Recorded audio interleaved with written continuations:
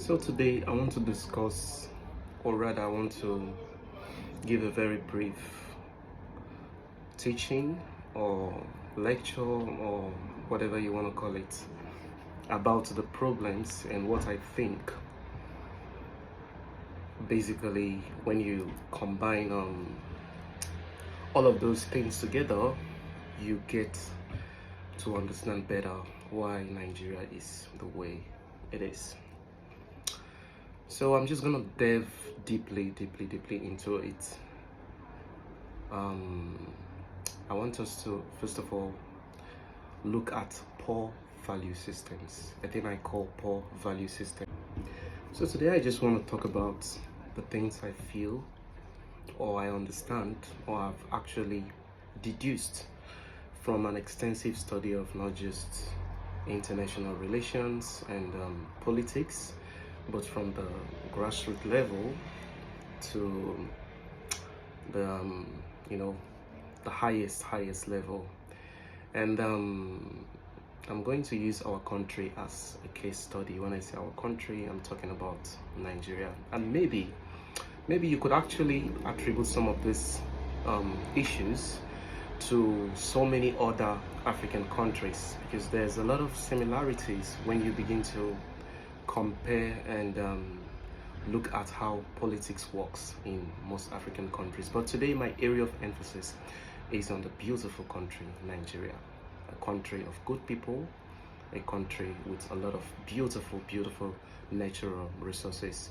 But unfortunately, majority of the citizens continue to live in abject poverty and penury because of this.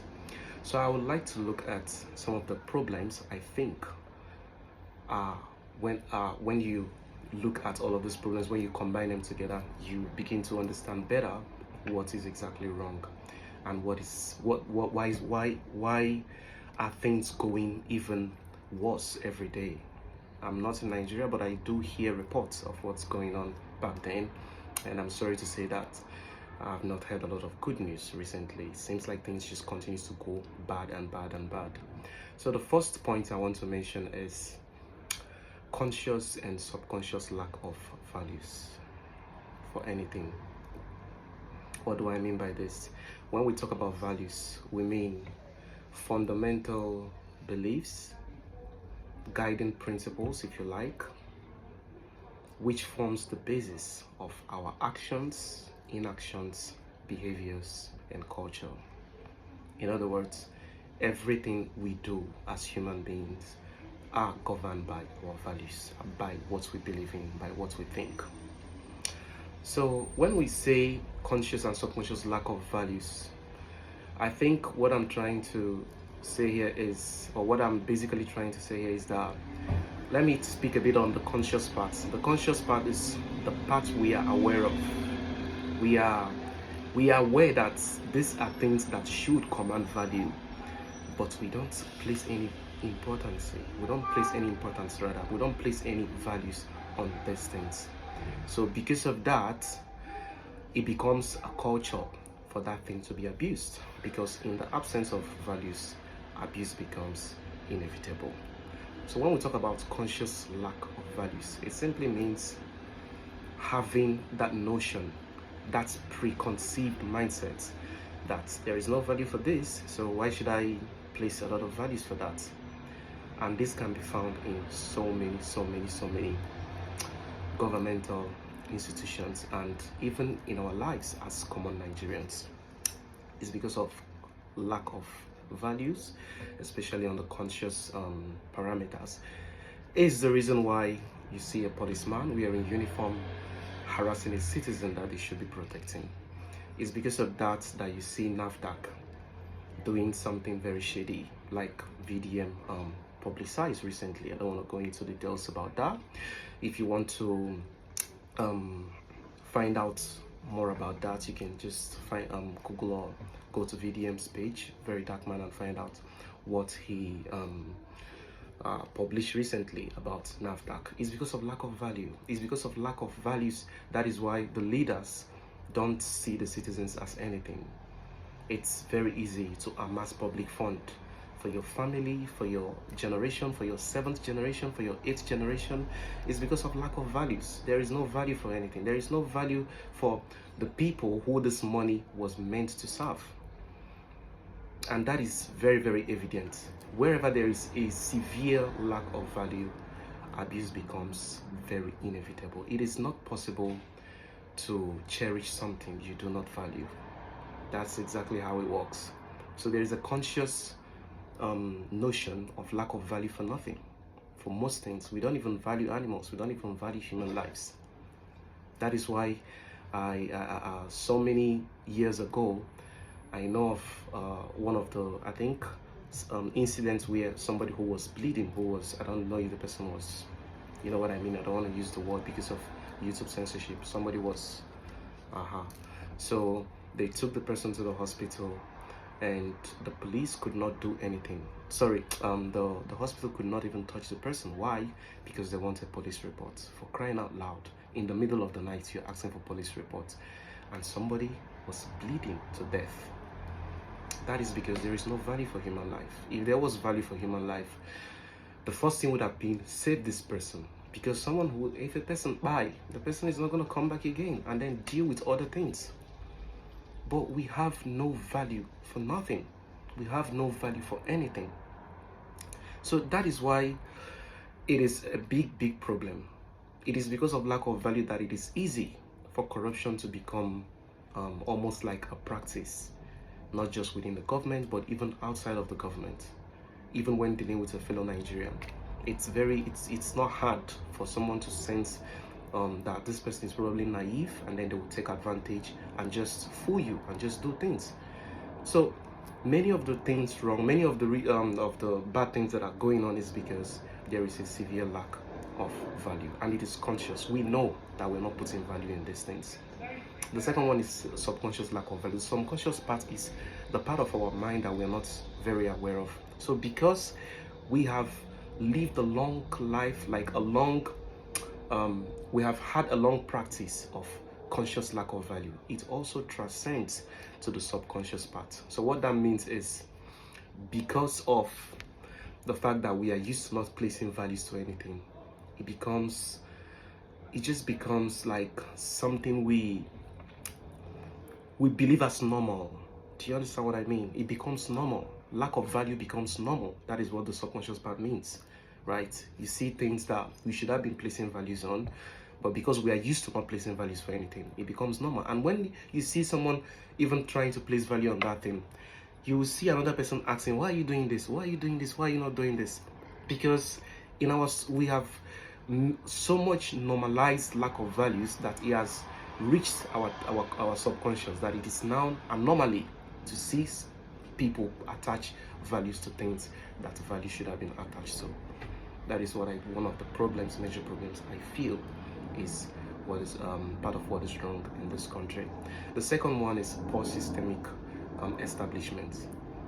When we talk about systems, we are looking at an automated institution. I don't want to use automatic, but when I say automated, what I mean is everything is synchronized in such a manner that this means this works better. This means this doesn't work better. If this is not working better, this will make this work better. So what that means is the system is in place. There is a connection of different arms of government, different institutions, different offices, different people, and all of them need to work together to form a solid system. But what we have back home is poor systemic establishment because of corruption. Corruption has eaten deep into the fabrics of the nation. So because of that, what we have is poor systemic establishment. For example, in abroad, here in UK, whenever you try to go against the system, whenever you try to do something shady, I'm not in any way trying to say that here is perfect. No place in this world is perfect. But whenever you try to do something shady here, especially to, find a way to meander your way through the system, to like cheat or to just do something funny, there is always a severe consequence. And in most cases, the consequences are individual. It's not if I do something stupid to hope everybody around me will become a partaker of it. No, I'm the only person who gets to suffer the consequences of my stupidity. For example, in so many places, I'm happy that in Lagos something like that already exists. Before you travel, you have a card, or you can use your phone. You call it contactless payment. You just need to tap your phone or your card on something, a kind of censored instrument, electronic instrument, and then when you tap that, what you're saying is, I'm starting a journey. When you leave, you tap it to what you're saying is, the journey has ended. So through that means the government or the owners of transportation companies get to charge you for your travels. Do you understand what I mean? So if you try to play a fast one, I don't want them to charge me. So because of that, I'm going to skip this, and I'm not gonna tap, so that they don't know that I'm traveling. Because when I don't tap, they don't have any means to know if I traveled, or what's going on with me, or they don't have a right to take my money if there is no evidence that I traveled. Guess what? When you get to where you're going, you are going to see a barricade.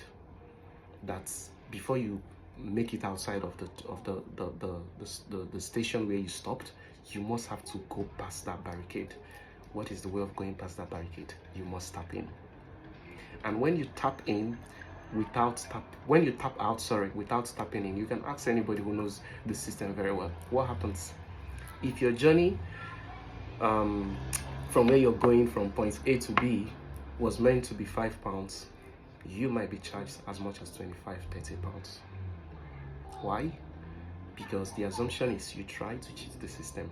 You don't know where you started traveling from. Why didn't you tap in? Why didn't you say you've started your travel? So something is fishy here, right? And when I came to this country newly, that has happened to me a lot of times, and I learned the hard way. That is just one example. There are so many things once you do, the system is designed in such a manner that it will make you suffer for it. But I am sorry to say that the system back home is quite poor. It is poor, it is porous. In fact, if we probably have establishments like that in Nigeria, you might even, if you don't pay money when you're traveling, you might even see one of those maybe station officials and then give the person money, and then they'll just allow you to go without tapping it or out. So the system is quite bad, and that is why it's easy for people to commit crimes and escape with impunity. We have EFCC that are doing their best, but let's be honest, so many questions still needs to be asked. What is going on with Yahaya Bello? There are people that you wonder why they are still working free. It is an open secret. Everybody knows that these people need to at least face the law. They need to pass through a proper process of investigation, and then determining if they were guilty of what everybody thought they are guilty of or not.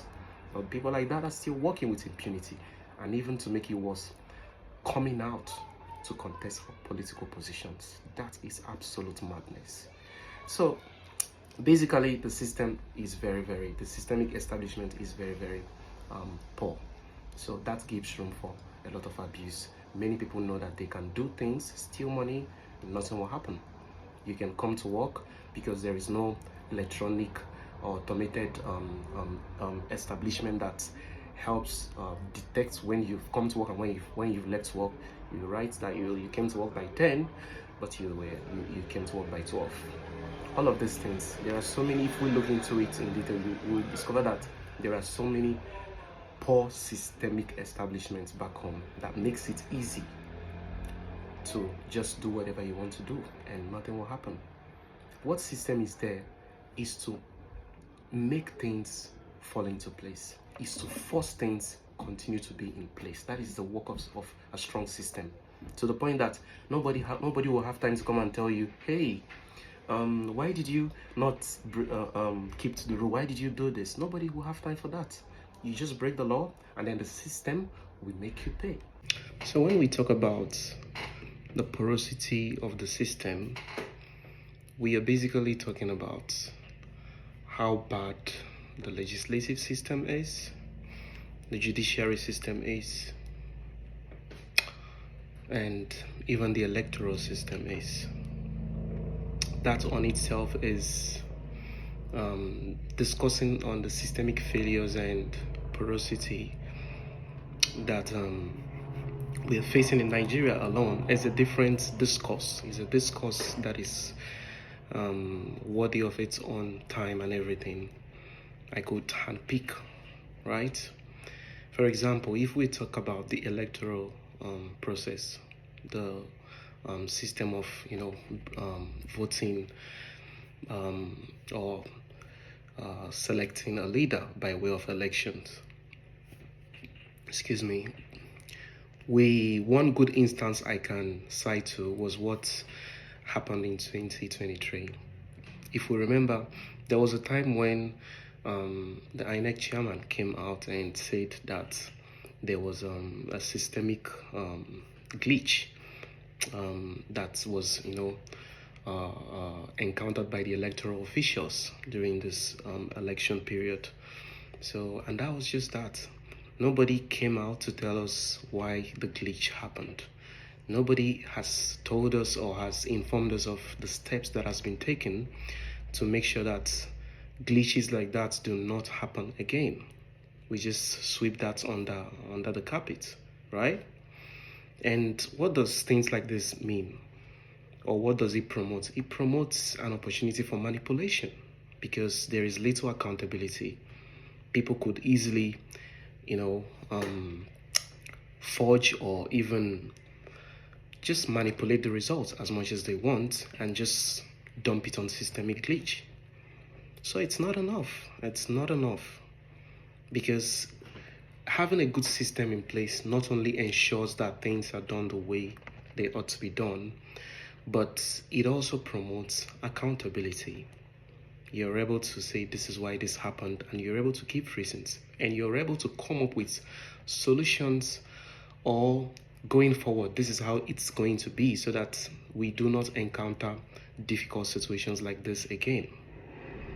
So I cannot overemphasize on how poor and how weak our system is back home in so many phases. Remember, I mentioned the electoral system, I mentioned the judiciary system, and I mentioned the legislative system, and even the criminal justice system, right? So that brings me to point 3 on why Nigeria is the way it is and why things continue to get worse. And for me, I think point 3 is the weaponization of poverty and hunger. Yes, it is a very serious issue back home. So poverty alone is not only the problem. The problem now is what is coming out of poverty, what the elites are trying to achieve via keeping the people poor. I'll explain what that means. Basically, according to World Bank, 75% of the people who live in the rural areas are poor, are living well below the poverty line. 41% of the people who live in the urban areas are poor as well. And then overall, about 51 to 60% of the entire country actually do live below the poverty line, according to the World Bank 2025 statistics. So what that means is the majority of the country is poor. The majority of the citizens are poor, right? So what that also means is, remember, we practice a democratic system as they've made us to believe. Let's not talk about the practicability of that, if it's actually what it is in practice. Let's just leave that. Let's leave that bit. So we practice democratic system, which means is always leadership by majority. So if the majority of the citizens are poor, what that means is they are prone to being manipulated. They are prone to being controlled by the elites in manners that will most likely not favor them.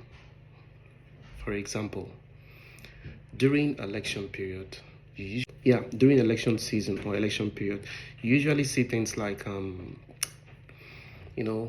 the contestants going to timid remote areas, sharing bags of rice, giving people 5,000, 2,000, just to garner for their votes. And what that usually does is, because these people that they are giving all of these things are poor, they don't have much of a choice. When you give, and don't get it twisted. Most of those poor people are also among those complaining that the country is the way it is.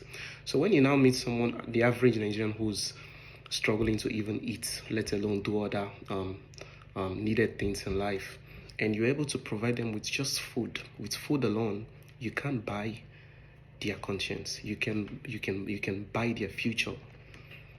Because after giving them food, you just tell them something like, during election period, there's a place where there's a whenever you see a logo that has the drawing of a chicken or an elephant, or you see any logo that has the drawing of a broom, just put your hand in there and vote for them. That's all the person is going to accept.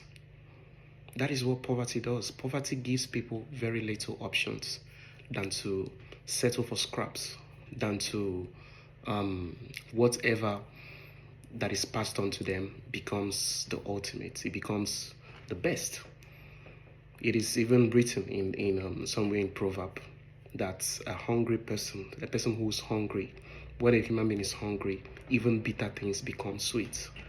So by keeping the people poor, it becomes easier to manipulate them into recycling the same group of people who continues to lead us to an impasse. Impasse means a situation where there is no progress, dead end. We just get there, we come back, we go again, we come back. More like moving around the circle and not really making any movements or any progress. Because he who feeds you controls you. That's how it works.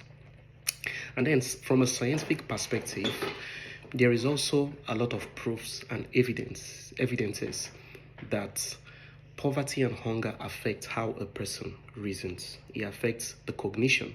It affects selective thinking, right? How can I also prove this by what's going on?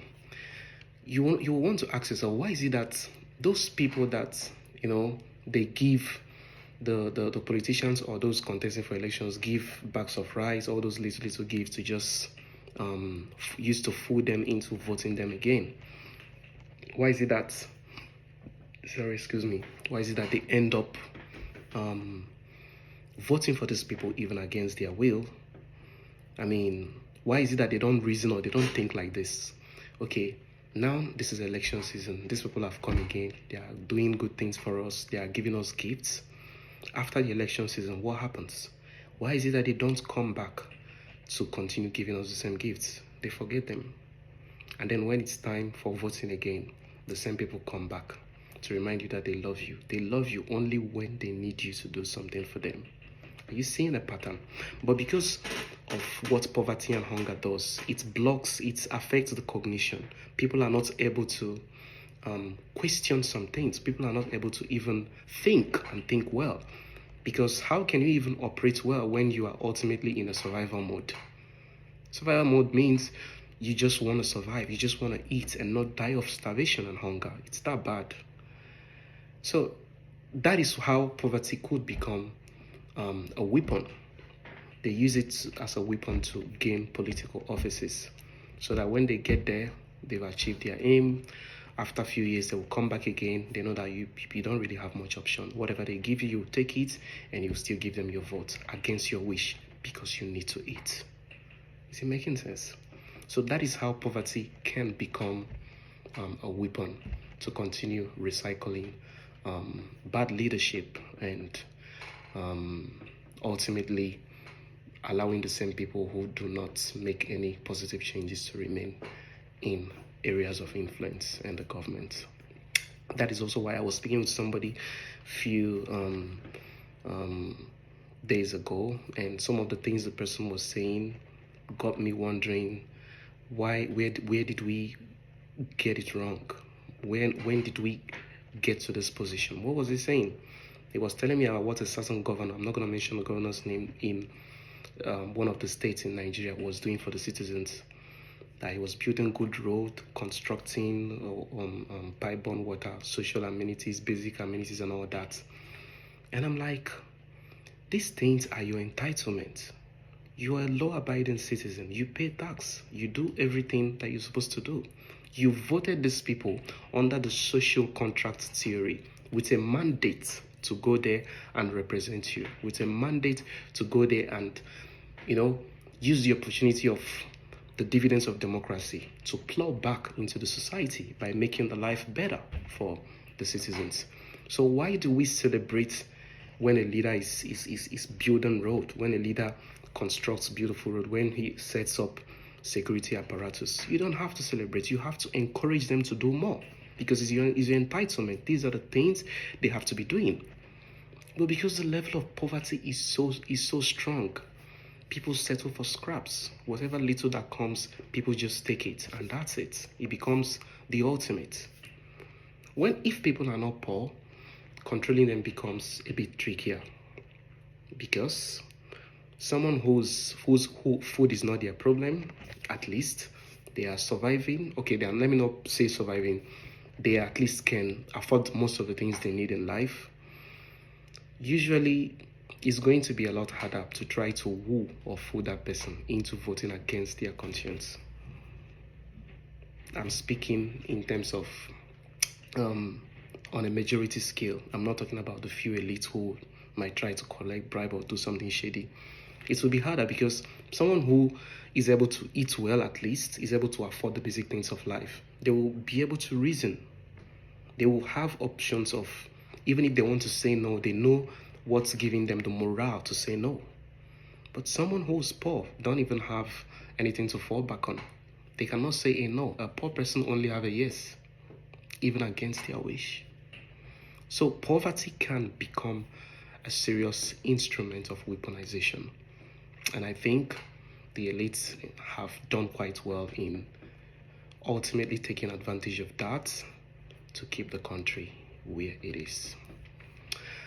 Another point I would like to share with us is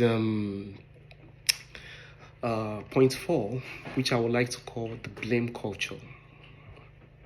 What does blame culture mean? Blame culture simply means blaming people, not taking responsibility even when you're wrong, rather than acting. But you choose to shift every blame to someone probably who's been there before you. Ask an average Nigerian what exactly is wrong with the country. Why is things so hard, and why are we facing all these economic difficulties and all that? The first thing he will most likely start telling you is it started during the British rule, the amalgamation, colonialism. He will bring up neo-colonialism. He will bring up imperialism. Now, I'm not trying to say that those things have not had adverse effects on how things are. And that's not what I'm trying to say. But my question is, at what point do we start working and stop blaming? We've been blaming our colonial masters for years. For years. And what has that fetched us? I thought the sensible thing could be, all right, those guys messed up. They didn't get things right. They really, really did us bad. Now it's time for us to come together and make things work. That is also why you hear in news, someone or somewhere in APC news release that's when they ask them or any representative, why is Nigeria the way it is? Why is the government the way it is? Why is the economy the way it is? You will most likely hear them tell you things like, it started from the previous regime. We are only trying to do our best to correct an already decaying structure or something.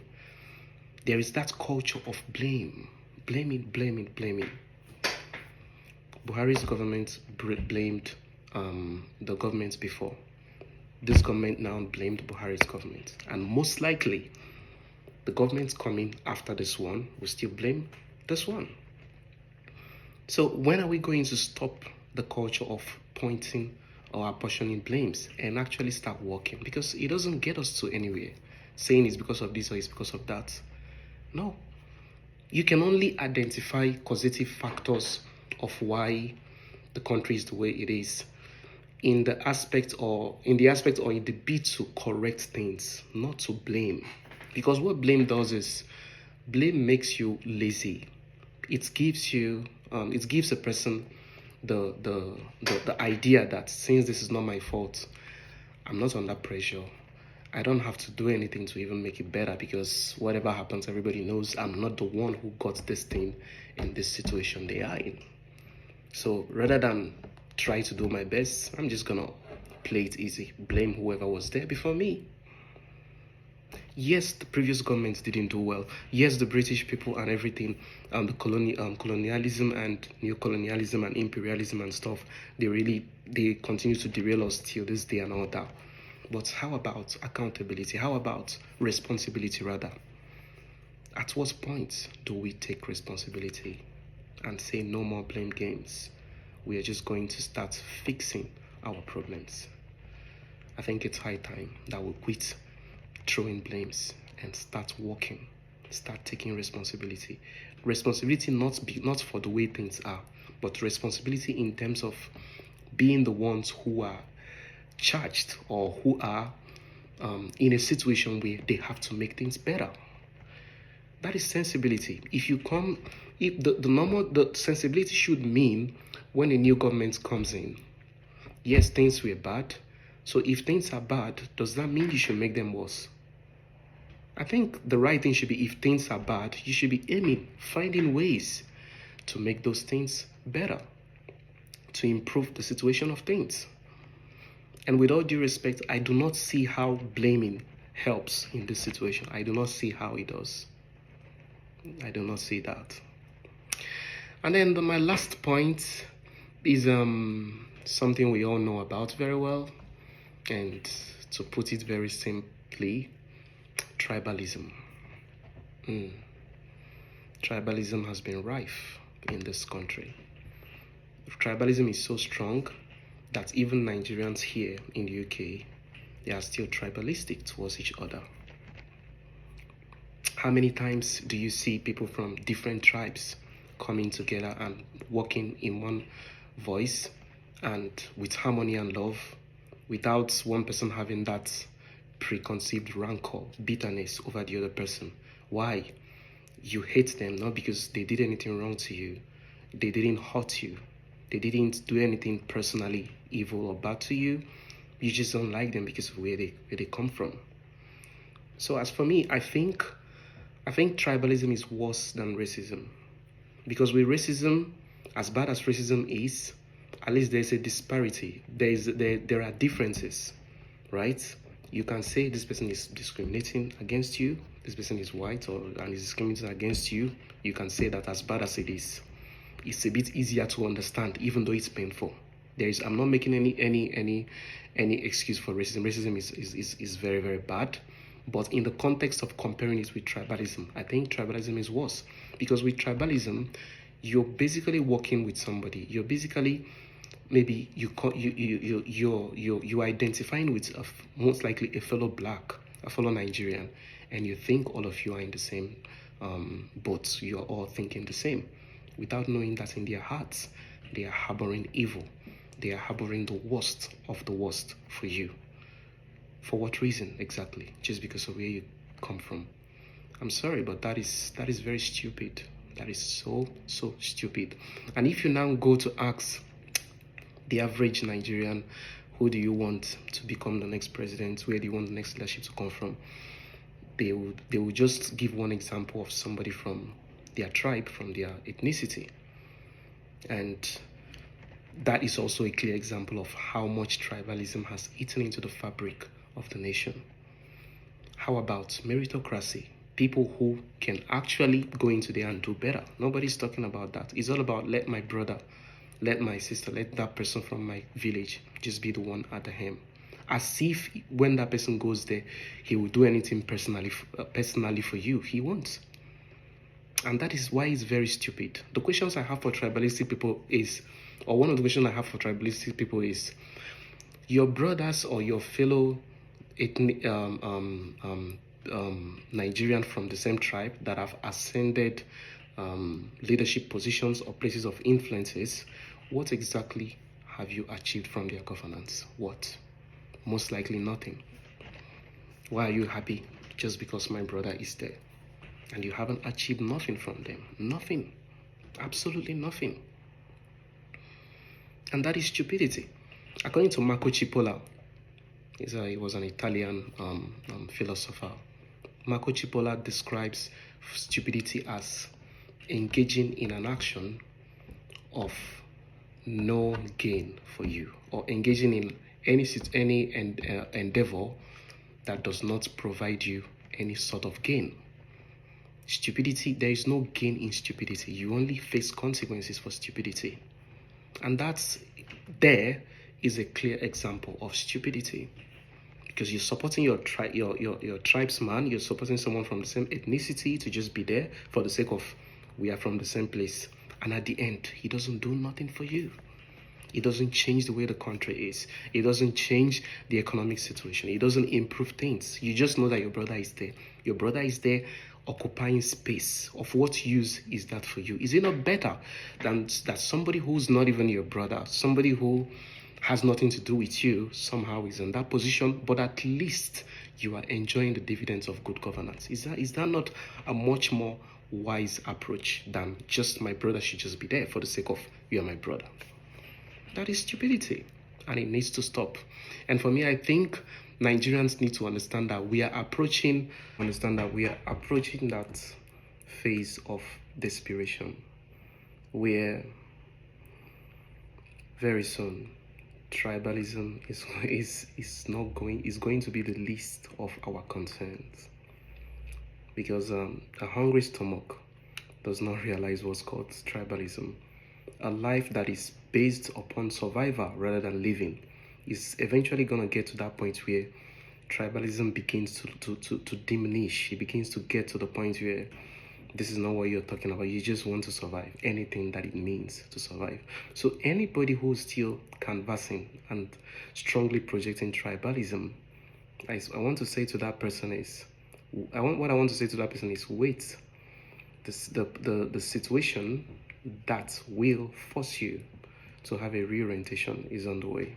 It's not a threat. It's what I know it's gonna happen. So we are approaching that desperate season, that desperate moment that, with all due respect, it really doesn't matter for me who takes helm of office politically in Nigeria. What matters for me is that there is progress, is that there is economic stability, is that there is growth, and is that the youth and everyone who's jobless begins to find something to do with their lives, and that there is a reduction in crime rates as well. If you're listening to me up to this stage, you are a gem. Thank you very much. My name is Chibuzo, and remember that we do these things. We create our time for this because we care. This video was particularly long, but also difficult. There is a bit of a difficulty that I encountered before doing this video. But if that is my own little quota towards contributing to nation growth and lending my voice to increase sensitization and mobilization of our conscious mind, our conscious and subconscious mind, I am most happy for that. Remember that I still believe in this country. When I say in this country, I don't mean the country I live in. I mean Nigeria, obviously. I still believe that things can get better, no matter how gloomy it all looks. And from a personal standpoint, it doesn't really the situation back home doesn't really affect me as much as it affects those back home, right? But we do this because we care. We do this because we love the country. We do this because even when we are so angry, we say we don't want to have anything to do with Nigeria. You have a Nigerian blood in you that eventually makes you want to come back and do the little you can do to see if things can get better. That is the reason why I'm here, and that is the reason why I'll be doing this political series where I'll be putting out my thoughts and lending my voice in terms of sensitizing the youth and everyone who cares to listen and watch.